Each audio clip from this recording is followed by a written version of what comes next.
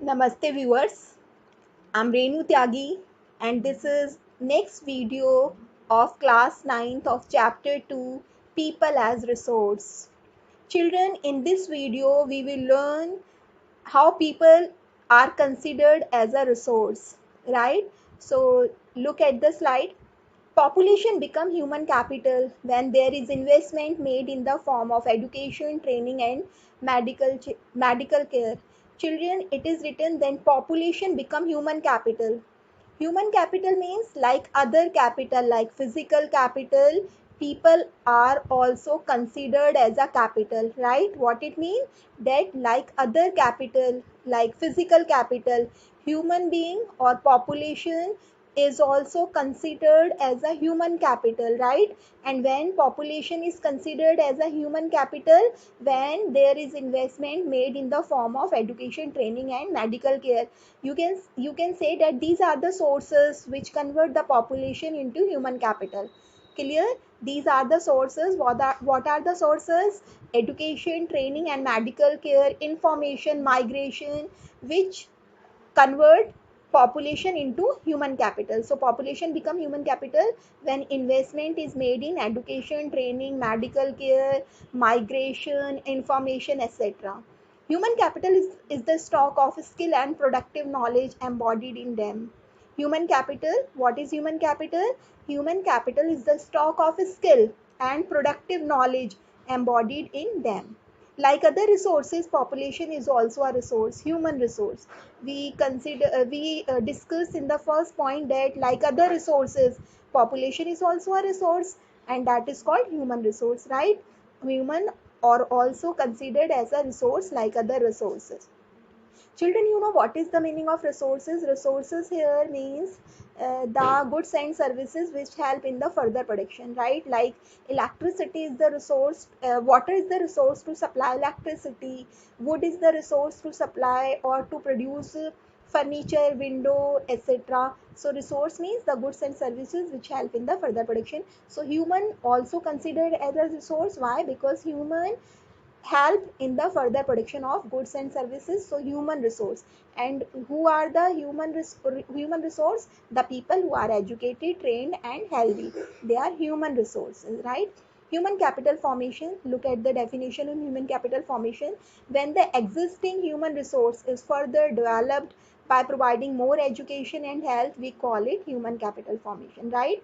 This is the definition of human capital formation. When the existing human resources is further developed by providing more education and health, we call it human capital formation. A large population need not be a liability. It can be turned into productive assets by investment in human capital, for example, by spreading on education, health, training, or industrial and agriculture worker is the use of modern technology, useful scientific researches, and so on.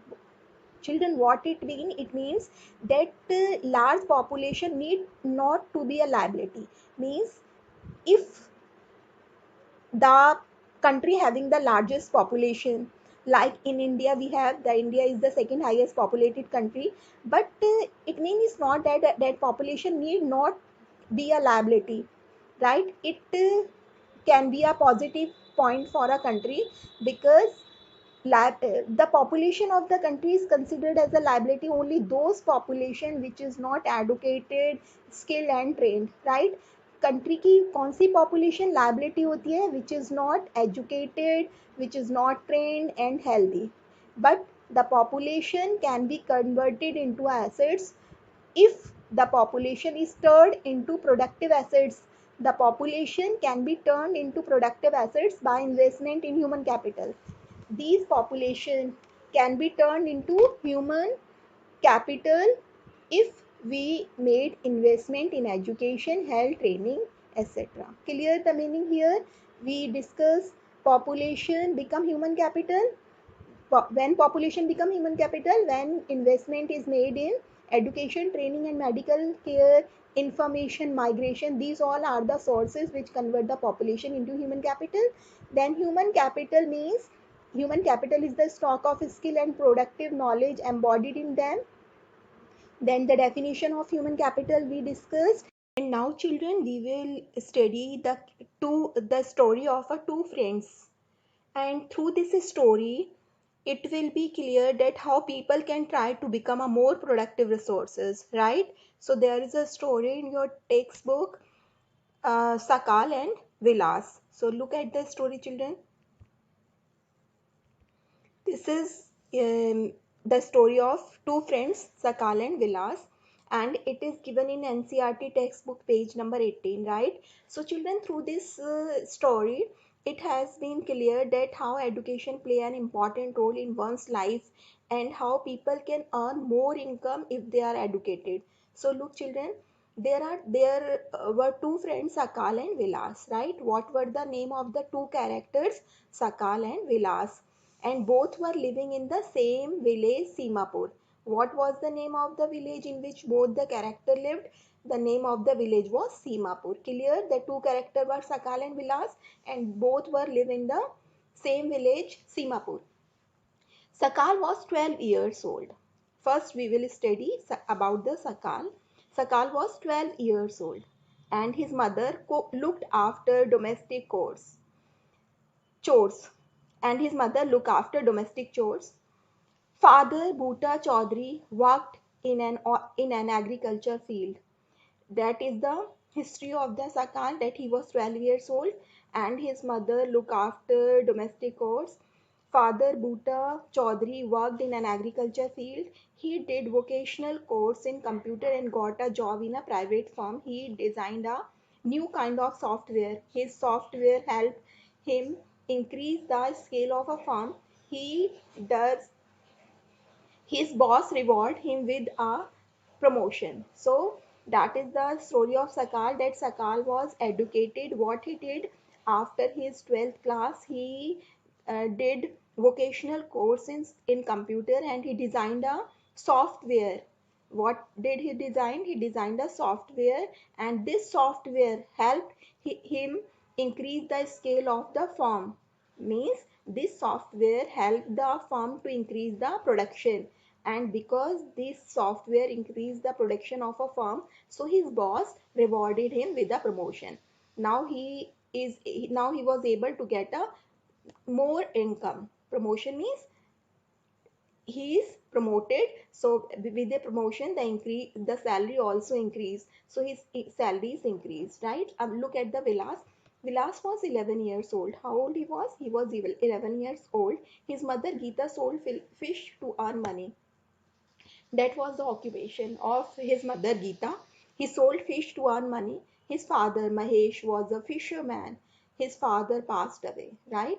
His mother alone sold the fish because his father was also a fisherman, but he passed away. He's no more.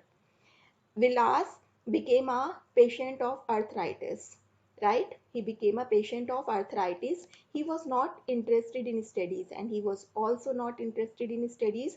He helped his mother on cooking and look after his younger brother Mohan. And because he was not interested in education, so what he did in his spare time, he looked after his younger brother named Mohan. And children, because he was patient of arthritis and her mother could not admitted him in a hospital because because her income was very low. Her mother earned only 20 to 30 rupees in a day by selling fish. What was the earning of Vilas' mother? 20 to 30 rupees in a day by selling a fish. So his mother Geeta could not admit him in a hospital because because her earning was very low, and he was also not interested in studies. So Vilas too was forced to sell fish in the same village. He like his mother earned only a meager income, right? So Vilas also forced to sell fish in the same village where his mother sold the fish, and both earned a very little income by selling a fish. I told you that how much income they earned, only 20 to 30 rupees in a day by selling a fish. So that is the story of two characters Sakal and Vilas. And children, you know what is the difference? Do you notice? And children, I hope that the difference between the two characters or two friends will be clear to all. That what were the difference between the two characters? The most important difference between the two characters was the education. That Sakal was educated, and because of educated he was healthy, fit, and he helped his mother to earn his her earn, and he helped his family to increase his income. And on the other side, Vilas was not educated, and because of lack of education he was not able to increase his family income. So that was the difference between the two characters. Hope it will be clear to all. Now students, there is a question that we will discuss, that what is the role of education in human capital formation. We learned through the story of Vilas and Sakal that education play a very important role in one's life, because educated people are able to increase their family income. So this the answer of this question will be discussed in this slide. Children, we learned the meaning of human capital formation in the previous slide. Here we will learn how the education play an important role in human capital formation. So look at the answer. Capital formation means further production. We have discussed. Capital formation means further production. Education play an important role in human capital formation because an educated people can be treated as productive assets, right? Only the educated people can be treated as a productive assets. Productive assets means you learn that which help in further production. Children, you know that doctor, engineer, scientist, lawyer, teacher, they all are human capital. Why? Because they help to produce new doctors, new teachers, new scientists and all. And you know, physical education or physical assets are useless if they had not been used by the human capital. So a best use of physical assets can be done only by the educated people. So this is the meaning of productive assets. Education added to the quality of labor. If a person is educated, his quality of work will be improved. You can see that an educated person can do work more efficiently rather than uneducated person. Clear the meaning of this sentence? Education added to the quality of labor. Quality of labor means the efficiency of a work or a quality of work improved if a person is educated. Enhances its total productivity. It helps to increase the total productivity. Production capacity of educated person is more rather than uneducated person. It gives high return to the future in form of higher earning and greater contribution to society. A very important point, children. This is the important point, how education play an important role in one's life. It gives high return in future in the form of higher earning, right? If you are educated, there is a greater possibility that a person will earn more income in future and greater contribution to society. Educated person need not only help the family, but it also help the society. So these all are the point that you are supposed to write if in the answer of the question, what is the role of education in human capital formation. Hope children, the meaning of human capital formation, how education play an important role in one's life will be clear to all. Thank you viewers, thank you very much for watching. Have a nice day, be happy, be safe. Thank you.